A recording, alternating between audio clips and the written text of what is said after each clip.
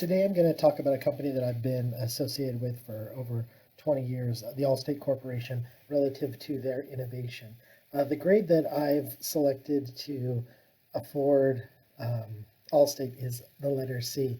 I'm going to give them an A for effort. They constantly try to be innovative, but oftentimes their innovations fall flat. A couple of the most recent innovations have been in their pricing matrix. As you know, insurance is a competitive industry, so Allstate has tried to be a leader in coming up with new ways to discount their price, adjust their price so they have the appropriate rate for each customer. Most recently, a DriveWise program and another program called MileWise, which are tracking drivers' habits and giving them discounts for safe driving habits, and or MileWise, which is a new program that only charges you while you're actually driving. So while the vehicle is not moving, you're not being charged for the insurance. These are kind of new ways to approach insurance, and it seems to be working. The jury is still out, but they are always thinking of ways to keep a competitive advantage and stay in the game, as it were. Two recent technological innovation failures. Internally, as we work with customers, they had a technological reworking of the system, and instead of putting a new system, they just did an overlay over the existing database, and it frankly doesn't even drag all the old data to the new policies, and we've had a lot of problems. So they kind of cut corners there. Similarly, one thing in the area of process innovation, they came up with in January of 2021, a new way to expedite things, which was we no longer call Allstate, we do a chat feature when we have questions internally about the policy or helping the customer. This is not a customer-facing initiative. This is internally within the corporation. We are literally waiting hours sometimes, and the staff, to get an answer to a question that previously, before January of 2021, we could contact the department via telephone and ask them. So while they try to be innovative, they are clearly out there and doing things with pricing and technology and claims. Our quick photo technology, which is you take a picture of the damage and they email you a check within they electronically debit your account within 2 hours of receiving it based upon the visual damage that they see from the photo that you've taken. But much of their innovation falls flat, to be honest. So that is why I've given the Allstate Corporation a C. Okay, my next question. What are two things the company Allstate could do to improve its grade? First, I believe they could adopt a similar thing that we studied relative to Intuit and what Intuit did with generating the innovation catalyst, working with their employees, getting ideas from the bottom up. Oftentimes, Allstate will roll things out. They won't, or they don't appear to, or let us know that they're speaking to people in the field. And so they'll have these innovative ideas that take place in this bubble, and they're not actually inquiring with the people that are actually on the front lines, so to speak, in any kind of large substantiated way. Maybe they'll get an opinion from one or two people, but they definitely need to leverage the resources, and that would get obviously greater buy-in as they try to be innovative. Secondly, would be their transparency when they're implementing things and things aren't working. There's been instances and cases where we'll just simply get an email. This program that we started and you changed your processes and procedures within your business and your agency or in your department is now canceled.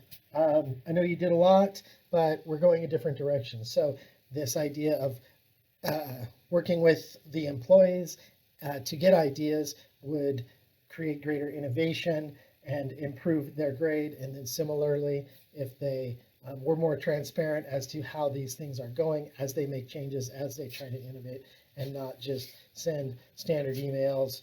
And or oftentimes we hear from other individuals, our colleagues, or consumers, our customers sometimes, about how things have changed.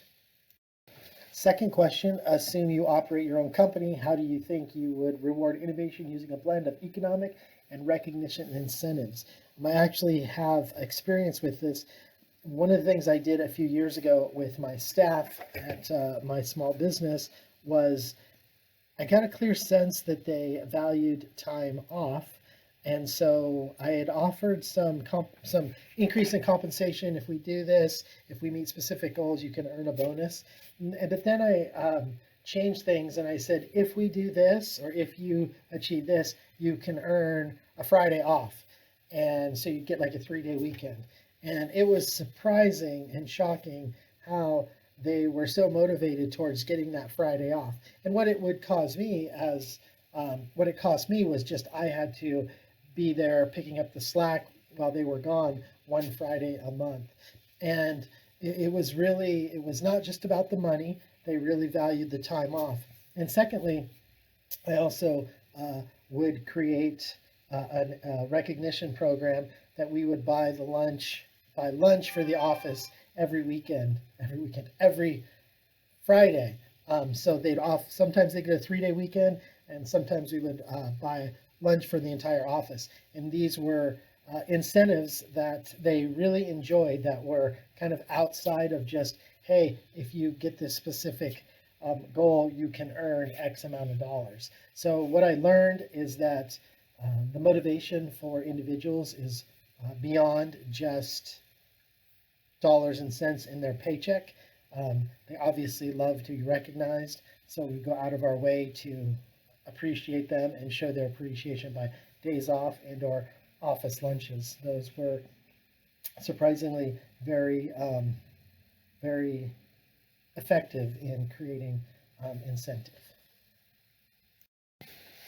Finally, the last question about linear or close to linear compensation.